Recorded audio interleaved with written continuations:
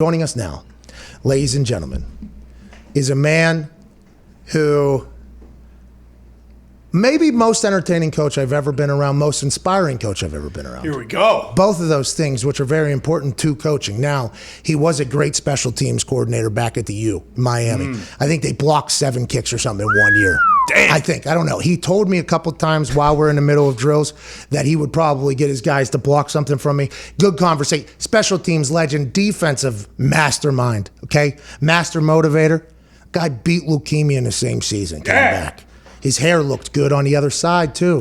Had great hair before, had even better hair somehow on the other side. Ladies and gentlemen, Coach Chuck Pagano. Yeah! Chuck! Look at you. Look at you. What up, Pat? How are you, Coach? You just get off the Peloton, or what are you doing over there? Yeah, I got my ride in. I'm out in Boise, What do you do? Idaho. We're picking some potatoes out here. What do you do? What do you do? Are you enjoying retirement? You're a football guy through and through. We all had questions whenever you decided to sail off into the sunset, because we saw BA do this. You know, BA said that when he retired, he said his wife told him that his son was 40, and he said, 40? Where'd the years go? And then he retired, and then he tried TV, and then he came back.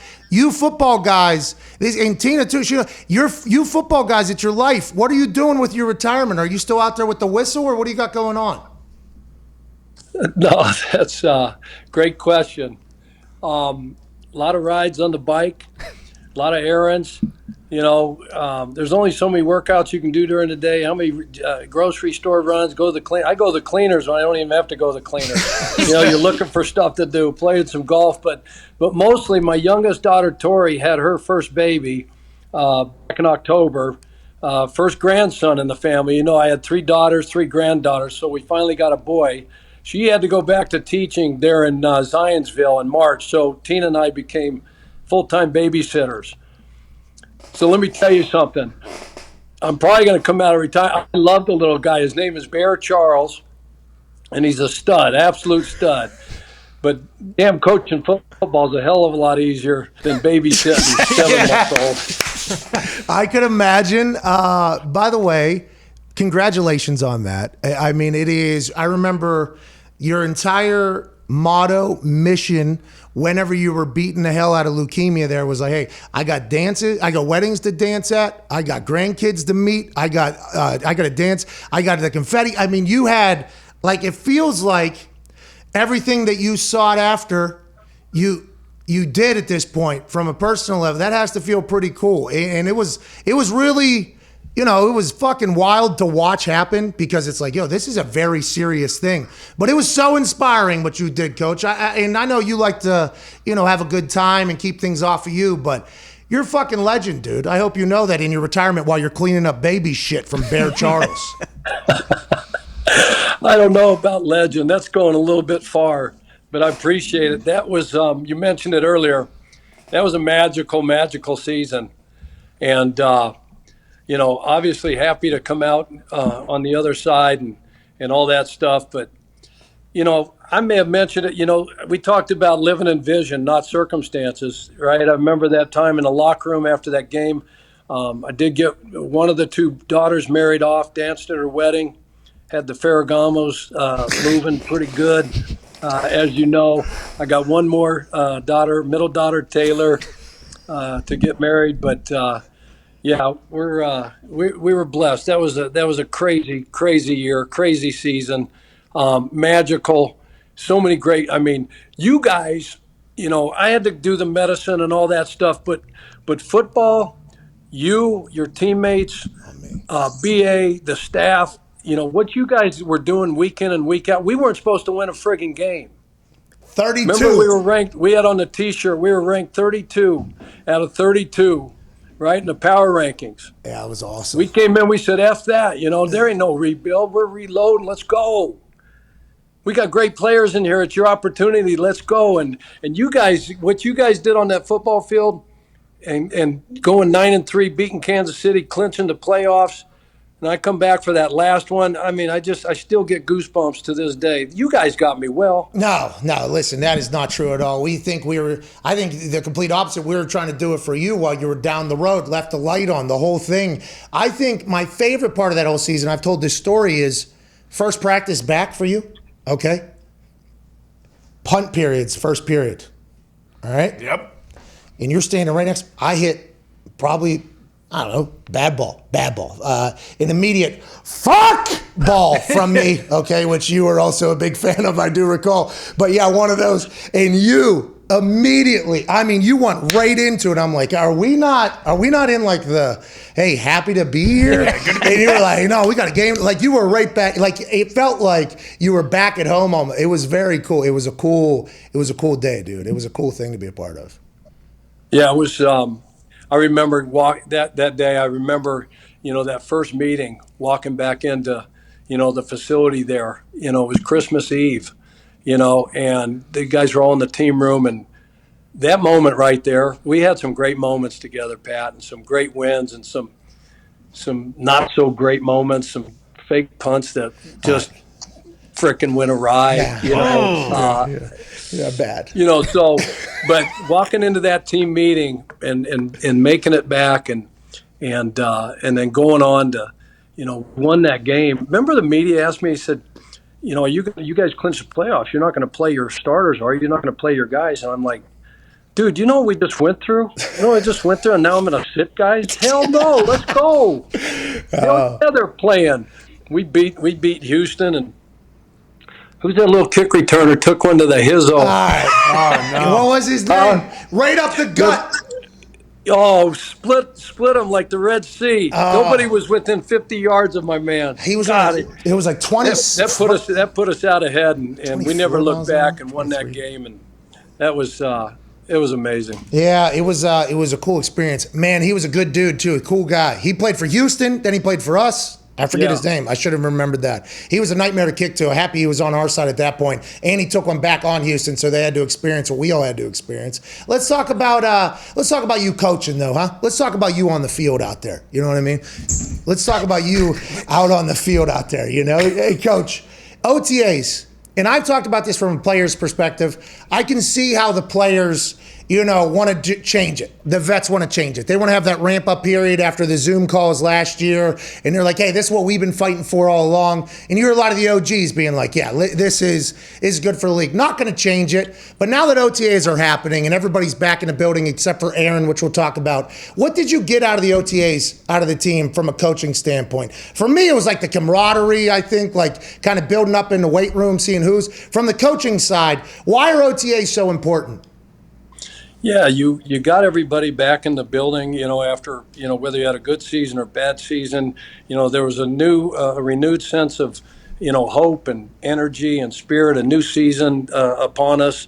You got your draft picks, you got, any free agents in, it was a time for, like you said, the bonding part of that, the camaraderie, but, any changes or tweaks you had in any of your offensive or defensive philosophies and concepts and special teams, all those kind of things, dive into the, see where everybody was at from a physical standpoint, the strength and conditioning part of it, and then the practice part of it, and going out and competing and having fun, and iron sharpens iron, like man sharpens man, that one, better than anybody, but but now, especially now with such limited, practice time and going through the pandemic and all Zoom and things like that, and you've got a first-year player, a rookie quarterback, and you don't have him, for on a whole off season, especially last year.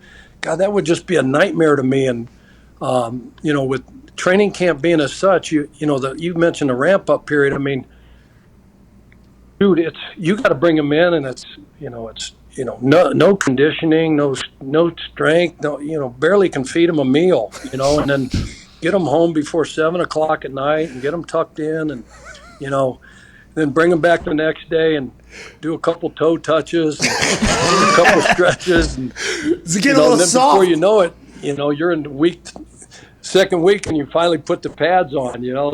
There's some old coaches that are rolling over their graves going, holy crap. So you're thinking the game's getting a little soft. You're saying maybe things are getting a little bit soft. It's always going to. And by the way, you said old coaches are feeling that way. Old players feel that way too. Now we only hear from most of the players that had a lot of injuries and they're suing or whatever. But you listen to any old players talk about how, hey, we used to do 3-a-days and it was terrible. But you hear them talk about the growth that can happen in some of those practices. Now I think there's a happy medium, obviously, in there. But as you coached now 36 years. Did you see, there's been a massive change, in the way you can do things over the years. What was it like back when you were at the U? Was it insane back there with that crew? I couldn't even imagine. What is it, 200 degrees down there too? Grind meat, man. I mean, guys that fall out on the, we had to do like 16 110s was a conditioning test. No way. Guy fall out. Who knows? Because back there on Green Tree, the humidity 100%, 90-some degrees. Guy falls out. Trainer's running over him. This is mid-80s. Trainer's running over him. Coaches are saying, "Get away from him. Let him die." Oh my God! What year? Man, has time changed? But no. Yeah, time, I'd say. It's changed, and it used to be 3-a-days. I mean, you'd go and at least 2-a-days, and pads in the morning, pads in the afternoon, do the same thing the next day, the same thing the next day. I remember Baltimore, my first year in Baltimore with with Coach Harbaugh. We went pads. Got to the team meeting that night. I'm not going to say a player's name, but guy stood up. Hey, can I say something? And, yeah, sure, go ahead. So, basically in a nutshell, we're going too hard. What are we doing? Blah, blah, blah. And John just very calmly said, anybody else got anything to say? Another guy stood up, said a little something, and all of us coaches are in the back, just our heads down going, oh, my God. Please don't let one of my players say something. God forbid. So he gets up and he goes, man, you just couldn't wait, could you? This, because he came from the Andy Reid tree, right? So he'd been with Andy in Philly for 10 years, and they went to 4, NFC championship games and a couple Super Bowls. And so the practice schedule, everything was time tested. And he told those guys that. He goes, I'm not doing this just to beat the hell out of you guys. This is time tested. But you just couldn't wait. We had yesterday. I was going to give you tomorrow off. Oh, but guess what? Oh, no. We're going out in pads again. Jeez. What was the team meeting room like? I bet you that was electric. Ray was in the back. Ray didn't say nothing. Ray just went, oh. And his head just dropped. He's like, oh, my God. Oh, dude. That would have been. See, that's one of those moments that, and you got to experience this, obviously, me in a team meeting. I don't have much say in anything that's going on in there, but I'm observing everything. I'm trying to enjoy. That's one of those moments where I wish I was in there. Because you remember, D-Butt and I were talking about this the other day. We're talking about how in training camp the rookies either have to sing or do something, at night to kind of break up the monotony. You remember when there was a run there where the dude went up there and did spoken word or whatever, and it was like, whoa, what are we doing up here, dude? We had the one guy, he was talking in third person. He said, now, you call me DJ, I may act like this, but Dijon is, blah, blah, blah. I'm like the Gong Show. I said, get the hook out. Get him off the stage. They all had these scripted poems and reading these things, and we're like, dude, just a fight song. Just give us something. Give us some little, it's hard out here for a pimp. Give us something. Are you kidding me? Hey, there was always a good one. There's an easy one to go out there, and I've said this on the show numerous times, just in case a rookie has to do it. All you have to do is have a little bit of energy and just go, ain't no mountain high, ain't no valley low, ain't no river wide enough, baby. Yeah, the whole room. If you need me, call me. There it is. It's the winner. It is the winner. They did it in Remember the Titans. And it literally, it plays in every law. As soon as you walk in, you just, hi, Pat, punter, West Virginia University. I got $45,000 for my signing bonus. Everybody, whoa! And then it's immediately just right to Ain't No Mountain High. And then bang, you don't even have to sing anymore, Chuck. You don't even have to sing. Everybody's going to sing it for you. But then there was that 1 year, and you were talking about there was that 1 year where there was a real change. It was a whole new thing. These guys were singing like they wrote their own songs they were singing. Like, hey, this is a song I wrote for somebody. And they had their own poems and third person. And then the one guy had he was out of practice for a pulled hamstring or whatever. He sang and then did a backflip. You remember that? That was that 1 year. It like couldn't have gone any worse. Every night it was like, all right, what the fuck's going to pop off here? Let's talk. Hey, Chuck, let's talk. Hey, yeah. That's right. That's right after that. That group, that's when I started getting ready for retirement. I said, okay, this is like when this goes south, it's time to get out. Yeah, when the team meeting celebration turns a different, you're right, you're 100% right. And there was a change in the locker room, by the way, as I got older as well. And I think it's just the new world, and the game will continue to go on. The league will survive, but it is a very new one. We're talking to Coach Chuck Pagano. Man, he was obviously a head coach for the Colts, defensive coordinator for the Bears, the Ravens, Browns. I think anywhere else? The U. No, secondary coach for the U. And special teams. And special teams. Yeah, and the kicks, we blocked 59 in 6 years. Is that good? Jesus. Is that good? I mean, is that good? I think that was exactly what you said to me a couple times. We blocked. Ed Reed. It wasn't because of scheme. Ed Reed had a lot to do with that, by the way. Hey, we played. Tremaine Mack. I think Tremaine Mack blocked. He went to the Bengals, if you remember, and I think he was Pro Bowl special team his rookie year. Kid out of Texas. He blocked 12 in one season. It was crazy. What a nightmare, dude. I mean, what an absolute nightmare. Was that Big East days? When was that? Yeah. The old Big East days, yeah. Do you watch a documentary? Plus, get Boston College down, in September in the heat in Miami and kill them by 40. and then we'd go to, it was at Chestnut Hill, next year play up there and Ed Reed's got to rip a ball out of his teammate's hand and go 100 yards to win the game. It was always a nightmare up there. But go to West Virginia, your beautiful school. Hey. Okay, and fans were very, very nice. West Virginia, I mean, very nice. Wouldn't say anything derogatory or anything bad to the player. I mean, no. Be ready. Keep your helmet on because they're throwing batteries at us. not fruit. Not throwing batteries at. And then we snuck off. Matter of fact, I don't know if you remember the game, the year. They were up 7-3, high-scoring affair, right? 7-3, 28 seconds left in the game. It's fourth down. They got a punt from their own 29-yard line, right? Oh, no. And so this guy comes in, Tremaine comes in. We block the punt, scoop and score, get a walk-off win, right? You know how we had to go in? And run underneath the tunnel to go to our locker room, and then the fans were over the top. Yeah.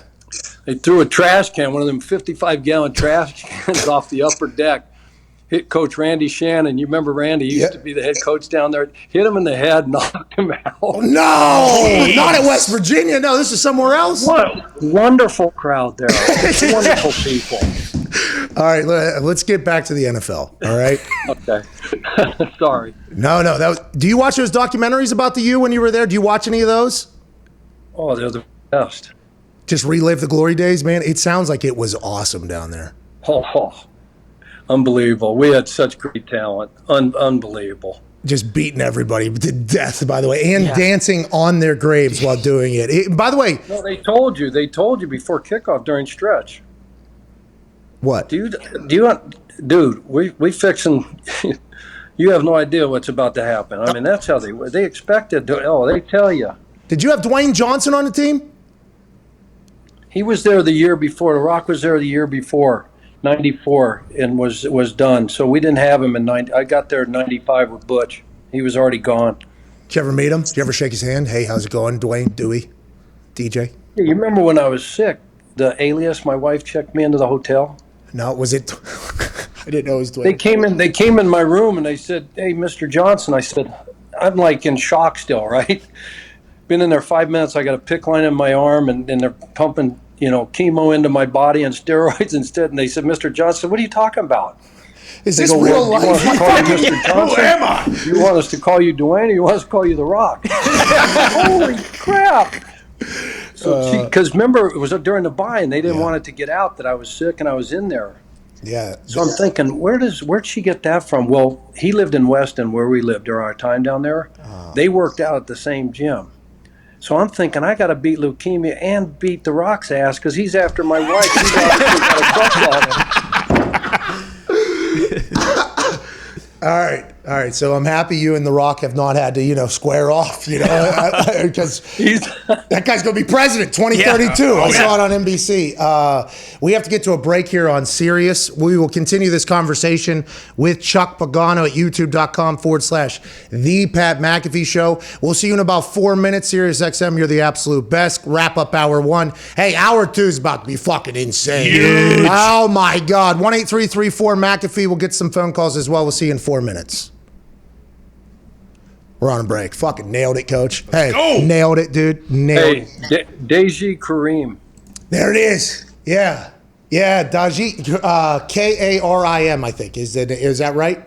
Yeah. He was fucking DJI. fast. You know who just texted me? Who? Conti. Hey, that pie's on there. Hey, he's My paisan. He goes, Desi Karim. he's up here now. He's the guy. He's the guy. He's the guy. You Italians have infiltrated your way up to the top of the PR of the Indianapolis Colts. It's unbelievable. Last question here, though, Coach. I have to get to this with you because I think it's something that you have a great answer on because you were a big players coach. You were a head coach. You understand all the bullshit that could potentially happen outside of the lines now in the business side of things. Aaron Rodgers and the Green Bay Packers, if that's your quarterback and you're Matt LaFleur, what are you doing? How are you doing? Do you have to just stay out of this because it's bigger than you? Like, at what point do you think Matt LaFleur, where do you think he is, and how would you handle it? Yeah, he's just, front office stuff is the front office stuff, as you know. And as the head coach, you're reaching out on a daily basis, phone, text, this any way you can, and you just keep trying to, mend whatever fences need to be met, whatever that is, and building those relationships. And it sounds like, just listen to the whole narrative and what's being said that, the relationship is, great with the players and the coaches, this, that, and the other. So, I wouldn't have retired if I'd known he was going to do this, by the way. He's probably he's probably one of the main reasons. You can tell him, he might be watching, I don't know, that I got the hell out of Chicago. You're sick of that guy, huh? There's no way I'm going to die before I let that guy walk out of my damn building and get out of there. Those guys just don't fall out of trees. That's a first ballot, no question, Hall of Famer. The last time he missed a game was October 17, I think 2017. They lost to the Saints. Hundley was the starting quarterback. So, come on. I'm doing everything I possibly can. I'm missing OTAs. I'm missing Zooms. I'm missing everything, and doing whatever I have to do to keep him around. Yeah, you only go as your quarterback goes. We all know that, ladies and gentlemen. Do we ever? Ladies and gentlemen, legendary coach Chuck Pagano. Thank you, Coach. Cheers, man. Appreciate you guys. Hey, you too. Have a good one. Hey, listen, next time you're on, I want to hear about the pretzel. You know what I mean? Tell me about the pretzel. You're the best, dude. Have a good one, Coach. Tell Tina I said hello. Pat, thank you, man. Yep. I will. Tell got Sam hi and the family. Yep, they all say hello, Coach. See ya. Okay, bye. Okay. Good guy. Weapon. Yeah. We were on that U.S. I didn't know him that well. First year, he got sick, was out for a while. I saw him in team meetings, and we interacted on the field. I didn't know him that well. Then some other stuff happened. We go on that USO tour trip together where we are literally 6 inches away from each other for 17 hours on that flight over there. You learn a lot about somebody in that time, especially with me. I'm a pretty, hey, how we doing? Ask a couple Well, yeah. questions. Hey, there you go. When you Exactly. get there, too, you can only talk to each other. We're the only. If you need to build your team up, go to Japan. Just with your team, because you literally can't talk to anybody else but your team. Nobody else is even giving you a chance. We'll get back to the show here